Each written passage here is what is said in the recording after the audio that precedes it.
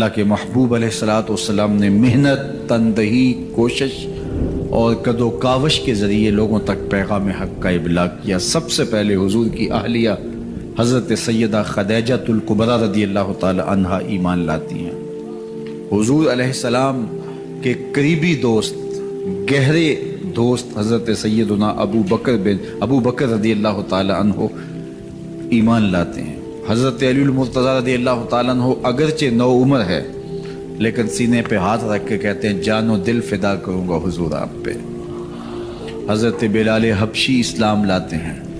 حضرت عمار ابن یاسر، حضرت سمیہ، حضرت یاسر اسلام لاتے ہیں۔ 38 لوگ ایک ایک کر کے اسلام میں داخل ہوئے۔ کفار تو چاہتے تھے کوئی دوسرا شخص ان کے ساتھ کھڑا نہ ہو، تو جب 38 لوگ حضور کے ساتھ کھڑے ہو گئے تو ان کے لیے بڑا اذیت ناک لمحہ تھا کہ یہ تحریک جس کو ہم روکنا چاہتے ہیں یہ پھیلتی چلی جا رہی ہے، لوگ اس کے ساتھ شامل ہوتے چلے جا رہے ہیں اور لوگ ان کے لیے محبتیں اور ان کے لیے پیار پیش کرتے چلے جا رہے ہیں۔ عبداللہ ابن جدعان کے گھر کے قریب سے میرے حضور گزر رہے تھے کہ ابو جہل نے دیکھ لیا اور ہاتھ میں نوکیلا پتھر پکڑا اور حضور پہ حملہ آور ہو گیا۔ آقا کریم علیہ السلام نے کوشش کی کہ الجھاؤ پیدا نہ ہو، لیکن یہ اس بات پہ تلا ہوا تھا کہ حضور کو اذیت دے۔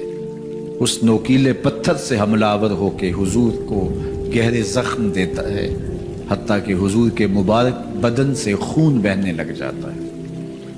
وہاں سے حضور سین حرم میں پہنچتے ہیں اور اللہ کے حضور سر بسجود ہو جاتے ہیں۔ حضور کے چچا حمزہ بن عبد المطلب ابھی اسلام نہیں لائے تھے، وہ شکار کھیل کے واپس آ رہے ہیں، اور جب وہ شکار کھیل کے آتے تھے تو بڑا اترا کے چلتے تھے۔ انہوں نے سنا کہ 2 لونڈیاں آپس میں بات کر رہی ہیں۔ اس کو پتہ ہوتا نا کہ اس کے بھتیجے کے ساتھ کیا سلوک ہوا ہے تو یہ کبھی بھی ایسی چال نہ چلتا، اس کی ٹوری کوئی اور ہوتی۔ تو رک گئے، قدم خود بخود ٹھہر گئے، رک کے پوچھا کیا ماجرا ہوا؟ کہا تمہارے بھتیجے کو ابو جہل نے مارا ہے اور اس کے نازک بدن سے خون بہتا رہا۔ وہ خاموش تھا لیکن اس نے جان بوجھ کے زیادتی کی اس پر۔ بس غصے میں بپھر گئے۔ سین حرم کے آس پاس قریش اپنی مسجدیں جمائے بیٹھے ہوتے تھے ٹولیوں کی شکل میں۔ آج امیر حمزہ آئے اور ابو جہل کو تلاش کر کے اپنی کمان کو زور سے اس کے سر پہ مارا اور اس کا سر پھٹ گیا، اور ساتھ بولے تم نے ہمارے بھتیجے کو لاوارث سمجھا ہے؟ اب اس کے حوالی کھڑے ہو گئے، لیکن ابو جہل بڑا کائن شخص تھا، اس نے سمجھا کہ یہ تو اب تنہا ہیں لیکن لڑائی کی آگ روشن ہوگی تو بنو ہاشم بھی نکل آئیں گے تو یہ لڑائی لمبی ہو جائے گی، تو اس کا سبب میں ہوں، قصور میرا ہے۔ اس نے کہا بس مجھ سے غلطی ہو گئی، اس طرح اس نے بات کو ٹال دیا۔ اب حضور کے چچا حضور کو ڈھونڈ رہے ہیں۔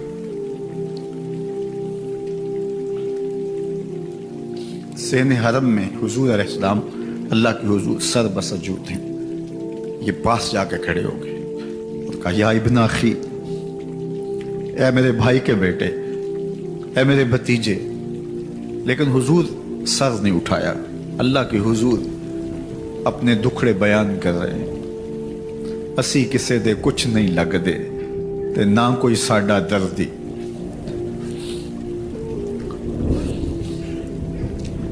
اللہ کے محبوب علیہ السلام اللہ کے حضور سر بسجود ہے۔ انہوں نے پھر کہا یا ابن اخی، اے میرے بھائی کے بیٹے، اور انہیں بے چینی ہے کہ بتاؤں کہ حوصلہ رکھو میں تمہارا بدلہ لے لیا، لیکن حضور سر نہیں اٹھا رہے۔ تیسری مرتبہ پھر آواز دی، حضور نے سر اٹھایا، آنکھیں آنسوں سے بھری ہوئی تھی، تو برجستہ کہا بھتیجے میں تمہارا بدلہ لے لیے۔ میرے حضور نے فرمایا چچا مجھے اس کی کوئی خوشی نہیں ہوئی۔ یہ حیرت زدہ ہو گئے کہ اتنا بڑا کام، اس وقت مکے کا اتنا بڑا سورما، اور میں اس سے ٹکرا کے آیا ہوں اور یہ کہہ رہے ہیں مجھے کوئی خوشی نہیں ہوئی۔ قسمت اچھی تھی، بولے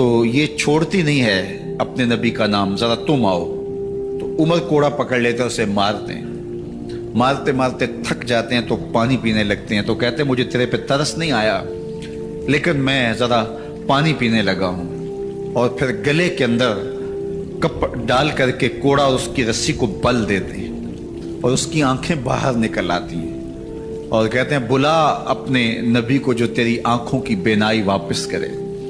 اللہ اکبر۔ تو اس نے آسمان کی طرف منہ کر کے کہا مالک میں کبھی بھی آنکھوں کی بینائی نہ مانگتی، لیکن اب تیرے نبی کی عزت کا سوال ہے۔ آنکھوں کی بینائی واپس ہو جاتی ہے۔ زنیرہ کو بڑا مارا، آج عمر گلیوں میں آنکھوں میں آنسو ہیں اور عجیب دلے بےتاب ہے، اور کہتے ہیں آؤ بھئی میں حضور کا غلام بن گیا ہوں، تمہیں بتانے آیا ہوں۔ زنیرہ نے موڑ کاٹا تو آگے عمر یہ آواز دے رہے تھے۔ زنیرہ ایک کونے پہ کھڑے ہو کے رو کے کہتی ہے عمر تم تو بڑے اس دن جوش و غضب میں تھے اور تم مارتے ہوئے تھکتے نہیں تھے۔ تو عمر نے کہا زنیرہ اس دن میں نے دیکھا نہیں تھا، اب میں محمد عربی کو دیکھ آیا ہوں۔ جنہ ویکھیا نہیں ہو کرن گلاں، جنہ ویکھیا نہیں ہو کرن گلاں، جنہ ویکھیا ہو تے بول دے نہیں، جڑے محرم راز حقیقت دے اور راز حقیقت کھول دے نہیں۔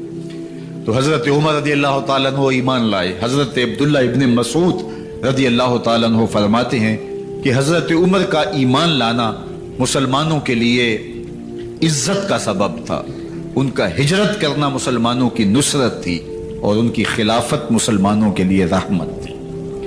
حضرت عمر رضی اللہ تعالی عنہ وہ ہیں کہ میرے حضور نے فرمایا لوگوں جب نیک لوگوں کا ذکر کرو تو میرے عمر کا تذکرہ ضرور کیا کرو۔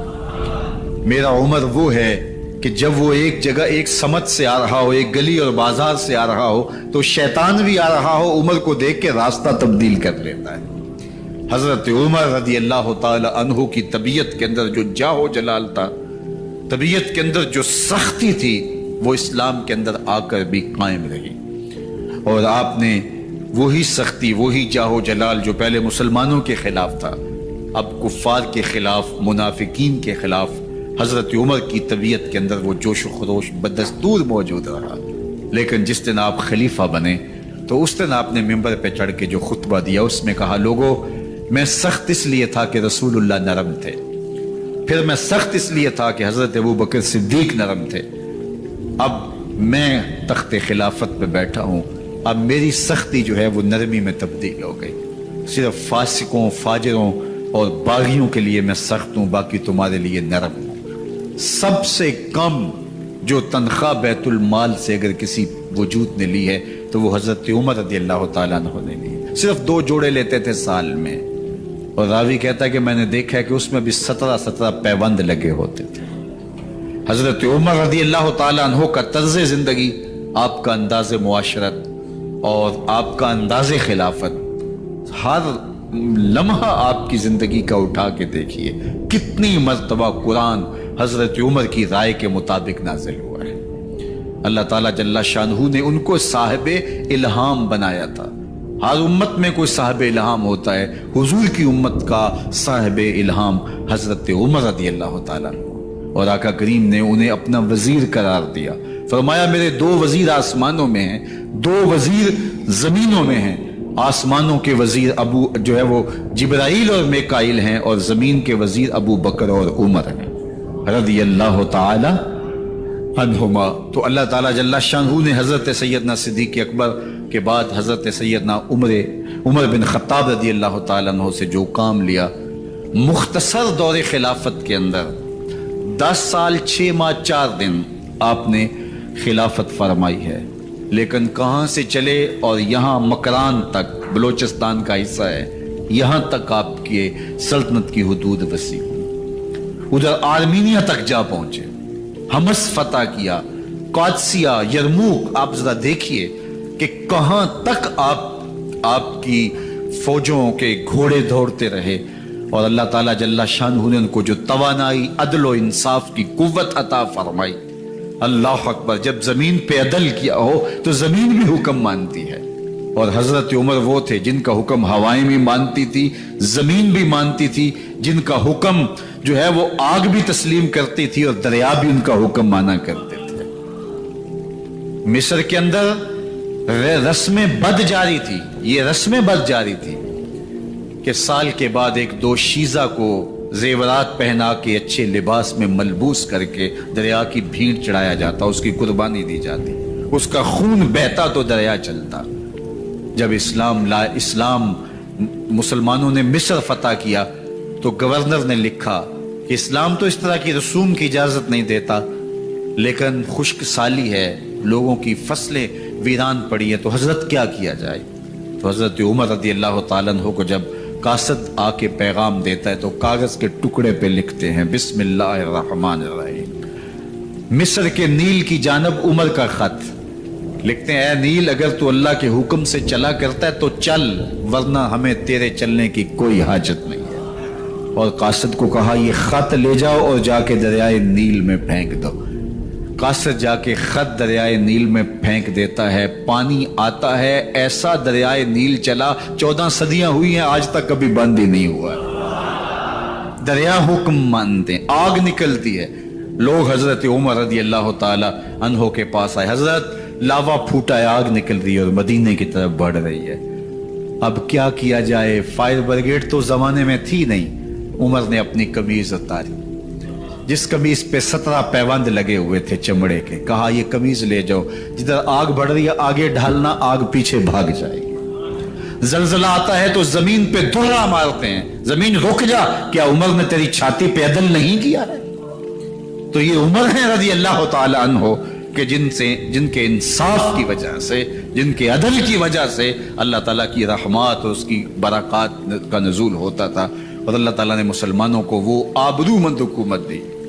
کائنات کی تاریخ کے اندر ایسی حکومت آپ نے نہیں دیکھی ہوگی جو حضرت عمر نے حکومت کی ہے۔ اللہ اکبر۔ فرمایا فرات کے کنارے پہ ایک کتا بھی پیاسا مر گیا تو اس کا حساب بھی عمر سے ہوگا۔ جب اتنے علاقے فتح ہو گئے تو ایک دن حضرت عمر بیٹھ کے رو رہے تھے، تو کسی نے کہا حضرت رو کیوں رہے ہیں؟ فرمایا کہ میں اس لیے رو رہا ہوں کہ فلاں پل سے بکریاں گزری ہیں، تو پل کے اندر شکستگی تھی، ٹوٹا ہوا تھا پل درمیان میں کچھ، اس میں ایک بکری کی ٹانگ ٹوٹ گئی ہے، تو میں ڈرتا ہوں کہیں اس کا حساب نہ لیا جائے، کہ میرا رب یہ نہ پوچھے کہ عمر تو نے پل صحیح تعمیر نہیں کروائے تھے کہ ایک بکری کی ٹانگ کیوں ٹوٹی ہے۔ یہ ہیں حضرت عمر رضی اللہ تعالی عنہ۔ اللہ اکبر۔ حضرت سیدنا عمر رضی اللہ تعالیٰ عنہ کی پوری زندگی آپ دیکھ لیجئے، آپ دن کو گھر میں بیٹھتے ہیں، دربار خلافت میں بیٹھتے ہیں، اور آپ کا دربار خلافت کیا ہے؟ کوئی عالی نصب محل نہیں ہے، مسجد نبوی کا صحن ہے، وہاں بیٹھ کے فیصلے ہو رہے ہیں۔ باہر سے سفیر آتا ہے اور آ کے پوچھتا ہے کہ میں امیر المومنین کے، مسلمانوں کے حکمران کے دارالامارہ میں محل میں جانا ہے، تو وہ مسکرا کے کہتے ہیں ہمارے امیر کا تو کوئی محل نہیں ہے۔ کہا کہاں ہے تمہارا امیر؟ کہا مسجد نبوی میں ہوگا یا بیت المال کے اونٹوں کی دیکھ بھالی کر رہا ہوگا، ان کی دیکھ بھال میں لگا ہوگا۔ وہ جب گئے تو مسجد میں نہیں ہے، اللہ اکبر، وہاں گئے تو وہاں بھی نہیں ہے۔ پھر کیا دیکھتے ہیں کہ عمر رضی اللہ تعالی عنہ جنت البقیع کے پاس ایک درخت کے نیچے اینٹ کا سرانہ رکھ کے سوئے ہوئے، تو اس نے کہا عمر تو نے عدل کیا ہے، تجھے کچی اینٹ پہ بھی نیند آ گئی، ہمارے حکمرانوں نے انصاف نہیں کیا، اور وہ بند اور محفوظ کمروں کے اندر بھی سکون اور چین کی نیند نہیں سو سکتے۔ حضرت سیدنا عمر رضی اللہ تعالیٰ عنہ نے اس طرح ان امور سلطنت نبھائے۔ آپ دن کو لوگوں کی دیکھ بھالی کرتے، لوگوں کی ضروریات سنتے سمجھتے، اور جب رات پڑتی لوگ سو جاتے، عمر مدینے کی گلیوں میں پہرا دیتے۔ کائنات نے کوئی ایسا بھی حکمران دیکھا ہوگا؟ اللہ اکبر۔ وہ مجاہد جو مختلف محاذات پہ گئے ہوئے ہوتے، ان کے گھروں کی دیکھ بھالی کرتے، ان کی ضروریات کا خیال رکھتے، ان کی آبرو کا پہرا دیتے۔ راتوں کی تنہائیوں کے اندر حضرت عمر اٹھتے اور جا کے گشت کرتے، چکر لگاتے، دیکھتے کوئی آنکھ پر نم نہ ہو، مفلسی کا کسی گھر میں ماتم نہ ہو، لوگوں کی ضروریات کا خیال رکھتے۔ اللہ اکبر۔ ایک دن حضرت عمر رضی اللہ تعالیٰ عنہ ایک گھر کے قریب سے گزرے، گھر سے دھواں نکل رہا تھا، سوچا کوئی مہمان ہوگا، گزر گئے۔ تھوڑی دیر کے بعد پھر دوبارہ اس گلی سے گزر ہوا تو پھر دھواں نکل رہا تھا، پھر گزر گئے۔ 2 گھنٹے کے بعد پھر دوبارہ ادھر سے گزران ہوا تو پھر دھواں نکل رہا تھا. رات کا پچھلا پہر ہے، ابھی تک گھر سے دھواں نکل رہا ہے. عمر رضی اللہ تعالیٰ عنہ نے دروازے کو کھٹکھٹایا. اندر سے خاتون کی آواز آئی، اس وقت کون ہے؟ کہا ایک مسافر ہوں، پوچھنا چاہتا ہوں تمہارے گھر سے دھواں کیوں نکل رہا ہے رات کے اس پہر. کہا تمہیں اس سے کیا غرض؟ کہا نہیں مجھے تشویش ہوئی ہے. تو اس نے کہا عمر کی جان کو رو رہی ہوں. حضرت عمر رضی اللہ تعالیٰ عنہ نے کہا کیا ہوا؟ کہا کہ کھانے کے لیے گھر کچھ نہیں ہے، بچے ضد کر رہے ہیں، ہنڈیا کے اندر پتھر ڈال کر کے میں نیچے سے آگ دیے جا رہی ہوں. بچوں کہتی ہوں تھوڑی دیر ہے کہ بچے تھک کے سو جائیں گے انتظار کر کے. تو کچھ ہو تو پکے، اور بچے ہیں بھوک سے، شدت بھوک کی وجہ سے سو بھی نہیں رہے، اور میں یہاں بیٹھی عمر کی جان رو رہی. حضرت عمر رضی اللہ تعالیٰ عنہ واپس آئے، گھی کا کنستر اٹھایا، آٹے کی بوری لی اور ساز و سامان لیا. خادم تھا آپ کا اسلم بیت المال میں. اس نے حضرت یہ سب کچھ میں اٹھا لیتا ہوں. کہا حشر کے دن میرا بوجھ اٹھاؤ گے؟ کہا نہیں وہ تو آپ کو اٹھانا ہوگا. کہا عمر کو آج خود ہی اٹھانے تو. اور اٹھا کے ان کے گھر آئے اور گھر آ کے ان کو سب کچھ دیا. اور پھر اس کے بعد جب کھانا تیار ہوا، بلکہ روایت میں آتا ہے کہ جب آگ جلا رہی تھی تو عمر جھک کے چولہے میں پھونکے مار رہے تھے. اللہ اکبر. اس خاتون کو نہیں پتا کہ یہ کون ہے، یہ کوئی اجنبی مسافر ہے میری مدد کر رہا ہے. پھر بچے جو ہے وہ جب کھانا کھا کے خوش ہوئے تو حضرت عمر رضی اللہ تعالیٰ عنہ نے دل میں سوچا اور کہا عمر جس طرح تو نے بچوں کو رلایا ہے آج ان بچوں کو ہنساؤ بھی. تو بچے بیٹھے ہیں تو عمر کبھی ادھر جاتے ہیں کبھی ادھر جاتے ہیں. جس طرح بچوں کو کھلانے کے لیے جو ہے وہ گھٹنوں کے بل اور ہاتھوں کے بل لوگ چلتے ہیں، حضرت عمر یوں چلتے ہیں اور وہ بچے مسکراتے ہیں. جب بچے ہنسنے لگے، کھانا کھا چکے، عمر اس خاتون سے مخاطب ہو کے کہتے ہیں بہن دیکھ عمر کی بڑی مجبوریاں ہیں. فسطاط، یرموک، کہاں کہاں آرمینیا، کہاں کہاں سرحدوں پہ محاذ پہ لوگ موجود ہیں، ان کی دیکھ بھالی کرنی، امور خلافت، کیا کیا معاملے ہیں. تنہا اکیلے بیچارے کی جان ہے، وہ نہیں خیال کر سکا، چل تو اسے معاف کر دے. وہ بہن کہتی ہے تو اتنی ہمدردی کیوں کرتے عمر کی؟ نہیں میں عمر کو معاف نہیں کروں. کل قیامت کے دن میں اللہ کے حضور عمر کا گریبان پکڑوں گے. تو دوسرے علاقے فتح کرتا تھا، میری خبر ہی نہیں تھی. اللہ اکبر. جب یہ بات کی تو عمر چیخیں مار کے رونے لگے اور ہاتھ جوڑ کے کہنے لگے بہن یہ تمہارے سامنے تو عمر کھڑا ہے. یہ حضرت عمر تھے رضی اللہ تعالیٰ عنہ، اور اللہ کے محبوب علیہ الصلوۃ والسلام کے خلیفہ راشد، دوسرے خلیفہ. 10 سال 6 ماہ اور 4 دن آپ نے خلافت کی. اور تاریخ کہتی ہے اگر عمر رضی اللہ تعالیٰ عنہ کو 10 سال اور مل جاتے، یا مغربی مفکرین کہتے ہیں کہ اگر کائنات کو ایک عمر اور مل جاتا پوری دنیا پہ مسلمانوں کی حکومت ہو، کہیں کفر باقی نہ بچتا. لیکن بد باطن لولو فیروز نامی ایک مجوسی غلام نے نماز فجر پڑھتے ہوئے حضرت عمر بن خطاب رضی اللہ تعالیٰ عنہ پہ حملہ کیا. زہر میں بجھا ہوا خنجر آپ کے جسم میں سرایت کر دیا. آپ وہاں سے اٹھا کے گھر لائے گئے اور 4 دن تک مسلسل آپ اس اذیت اور تکلیف میں رہے. جب آخری وقت آیا تو اپنے بیٹے کو بلایا، کہا بیٹا میں نے ام المومنین سیدہ عائشہ رضی اللہ تعالیٰ عنہ سے پوچھا ہوا ہے کہ میرے مرنے کے بعد حضور علیہ السلام کی قربت میں مجھے جگہ دے دی جائے. ہو سکتا ہے میں امیر المومنین مسلمانوں کا خلیفہ ہوں تو اس وجہ سے انہوں نے اجازت دے دی ہو، جب میں فوت ہو جاؤں تو ظاہر خلیفہ نہیں رہوں گا. تو پھر جا کے ان کو دوبارہ کہنا کہ میرے باپ کا پیغام ہے، اگر وہ اجازت دیں تو مجھے حضور کی قربت میں دفن کر دینا، اور اگر وہ اجازت نہ دیں تو پھر جنت البقیع میں مجھے دفن کر دینا. جب حضرت سیدنا عمر بن خطاب رضی اللہ تعالیٰ عنہ کا انتقال ہو گیا تو آپ کے صاحبزادے ابن عمر حضرت عائشہ رضی اللہ تعالیٰ عنہا کے پاس گئے. کہا کہ میرے باپ کا سلام ہے آپ کے نام. انہوں نے آپ کو زندگی میں کہا تھا کہ حجرہ انور میں سیدنا صدیق اکبر کے ساتھ 2 گز جگہ مجھے بھی نصیب ہو جائے، تو آپ نے اجازت دے دی تھی. تو میرے والد گرامی نے فوت ہوتے ہوئے کہا کہ دوبارہ ام المومنین کے پاس جانا اور دوبارہ پوچھنا. اس وقت تو میں امیر المومنین تھا، ہو سکتا ہے وعدہ کر لیا ہو، لیکن اب اگر آپ اجازت دیں تو یہاں ہم